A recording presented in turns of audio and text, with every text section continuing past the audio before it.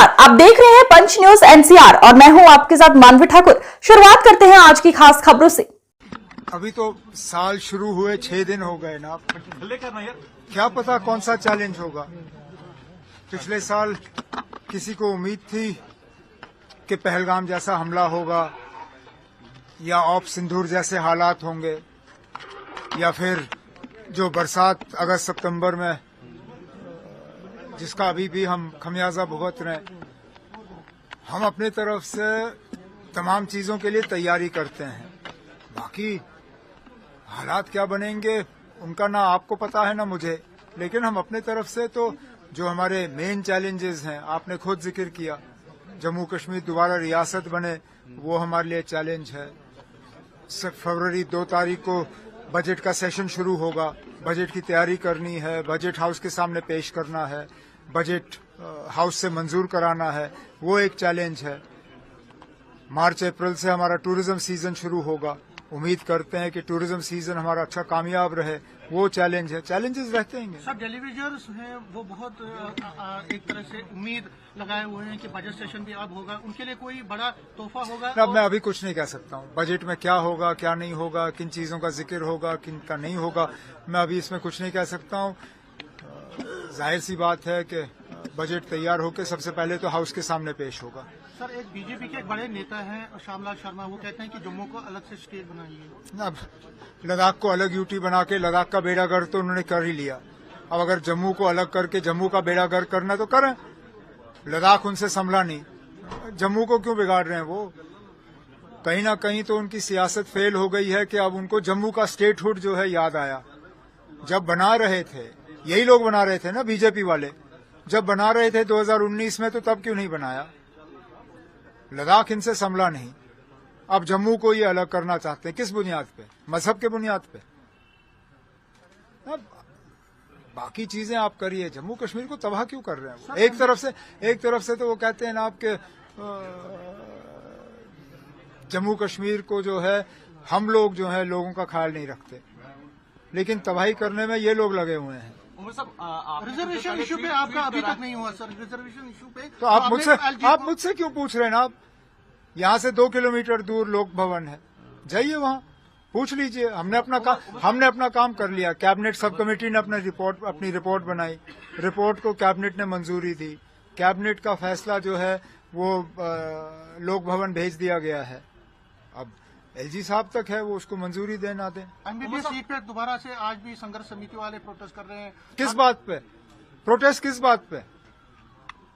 उन बच्चों ने मेहनत करके सीट हासिल की, किसी का एहसान नहीं था उन पे, ना मेरा ना यूनिवर्सिटी का।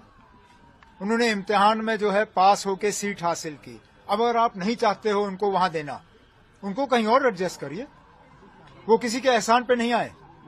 और वैसे भी मुझे लगता है आज वो बच्चे वहां पढ़ना भी नहीं चाहेंगे। जो हालत की है, मुझे नहीं लगता, अगर मैं उन बच्चों का माँ बाप होता मैं भी डर डर के उनको वहां भेजता। मैं तो कहता हूं ना भेजें उनको, मेहरबानी करके government of India, ministry of health जो है, इन बच्चों का हमारे किसी और मेडिकल कॉलेज में इंतजाम करिए, हम उन बच्चों को वहां पढ़ाएंगे। हम नहीं पढ़ाना चाहते उनको जहां पे इतनी सियासत की जा रही है। बंद करिए उस मेडिकल कॉलेज को, वो मेडिकल कॉलेज खोलने के लायक ही नहीं है, उसको बंद करिए।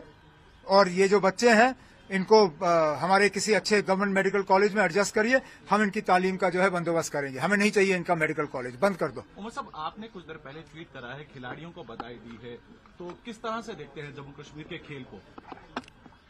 हम तो खेल को खेल ही देखते हैं। ये आप सवाल उन लोगों से करिए जो खेल को सियासत के साथ जोड़ते हैं। जब टीम को देखते हैं तो टीम के खिलाड़ियों के मजहब को देखते हैं, मजहब के अलावा इनको कुछ दिखता नहीं है। जब फुटबॉल टीम में मुसलमान ज्यादा थे तो उनको फुटबॉल टीम से एतराज था। जब क्रिकेट टीम में मुसलमानों की तादाद कम हो गई तो उनको क्रिकेट टीम से कोई एतराज नहीं। हर चीज में ये मजहब जो है उसको लाते हैं, तालीम में मजहब लाते हैं, खेल कूद में मजहब लाते हैं, खाने पीने में तो उन्होंने अब हद ही कर दी। अब रहा ही क्या? अब इसीलिए तब उनका कोई इश्यू चला नहीं, अब जम्मू को अलग करने में लगे हुए हैं। एक साल की आईपीएल से लेकर भी कंट्रोवर्सी हुई है जिसमें बांग्लादेशी खिलाड़ी को जो है बाहर भेजा गया है वापिस। बेचारे ना, उस खिलाड़ी का क्या कसूर? मैं मानता हूं, चलिए पाकिस्तान के साथ हमारे ताल्लुकात जो हैं बहुत ही खराब हैं। बांग्लादेश के लोगों ने हमारा क्या बिगाड़ा? बांग्लादेश के लोगों के साथ तो तब भी हमारे ताल्लुकात ठीक ही थे, अभी भी हैं। बांग्लादेश ने कोई आतंकवाद हमारे मुल्क में नहीं फैलाया, कोई हमारी तबाही या बर्बादी नहीं की, हमारे करीबी ताल्लुकात थे। अब उस एक खिलाड़ी को जो है उसको निकाल दिया, उससे वर्ल्ड कप पे असर पड़ रहा है। अब बांग्लादेश वाले कहते हैं वो हिंदुस्तान आके खेलेंगे ही नहीं, कहते हैं उनके मैच जो है कहीं और फिक्स किए जाएं, जो T20 वर्ल्ड कप होने जा रहा है।